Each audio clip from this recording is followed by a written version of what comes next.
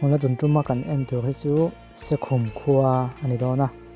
sekhum hi lung le tonga izol pan kal kong in chuta om chunia kholian tak chu ani lo nangin a khodung hi sei ve kan hmuang hian ten kan han thlok phela zong khulai khan biakin lian deuh mai lo om lak maya chim lampang biakin lian hi chu baptist biakin hin chu ani du khop maya ani tu ai kan ngai ngota ka chiang lem hlei lova ti hian kong dung phei hi lung lei lampang hoi zong a kong dung ania tuna kan hmu hi helai hian a chi pa hian he po biakin lian deuh om ve tho mai alo om ve le a a lian khop mai he po chuan kan hmuang khian a khua khi chu kala kim lo ani ngot lo chuan ki khi ni deuh mai so lai song kan hangkal phei anga so lai so kho in tran na kha ani dona lai kual zau ka ti ve ngo ta kual hi zau khop maya kual deuh dang ngaya chuan sai so in ka li bok vel om trai na so sai so welcome to sekhum ti kan in ta na lung lei tonga kan kala an lo welcome na signboard om na lai kha nia kholu tran ti te ni chuan ti kha ni deuh maya chuan kan thlok le lenga kan hanin tran na photang e chhum hi deuh mai mani o ka te he po deuh chu mai ma se a fe tho tu ka ngaya ti zong kan lakhin ni hian a chhun na le ang bo hi chhum chu deuh ni akala hi adik mo khop mai drona thalak bo hi ni ina chhun da na hi adik lo chun kala hi thun khat moi deuh lak lai hin thun khat hi a po deuh chuai le vak deuh su hi nom du khop mai chun ni china kan en to phei kha ni ya na hi chuan kan en do deuh lampang he la ya hianin ding lampang bakal te mo lo min ka khatlak mual so lai mual so kan ve en chin zoi lo ni kan va thok phei anga ka thok sang vak lo buai ni mo signal hi tho san lo chuan signal man a kha chak lo ve thina han vok sang vak kan signal hai man chak la thina kan le me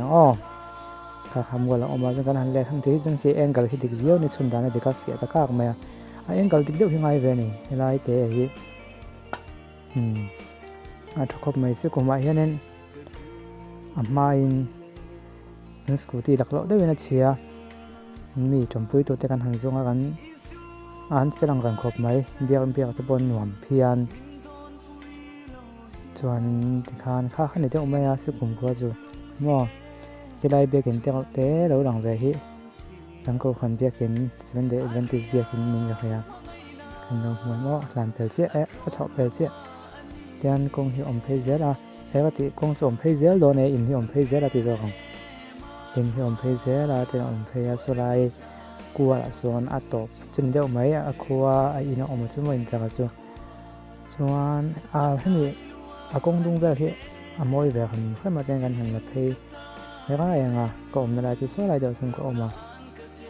chuan hemi se khum mo tok lo tan ze zet khu mi na a thlen ni to che o khulai vel ta khong kan om ko om ani chu chuan so lai sonin an lo chang ve de a om min ka khia chu kan vakal non lo khong so lai son don thok phei wanga thi a pang khom maya a ko sang ang nga thi po a thona wan sang a chuan ni chu bung lian deuh me ma bung lian deuh te kha la ka kan mangem ka khalo so a kan in ko thei mai ding lampang hi buk lai om hi bung hi lian khop mai he lai hi sunday tai len na te po ni ve theya chuan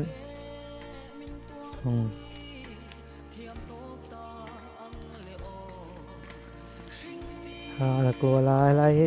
lot sang de bina om nge ka kha chiang la wa hei chung kwa anga om angin nge om in ang deuh te bokin nge puka khalo om puka lai mun te ho hi sia la ka phian ani te ri ka kha chiang vak lo wa kha chiang khan ko mena khan lo si zero la ge jun den kan tlan pela kan la top ani maya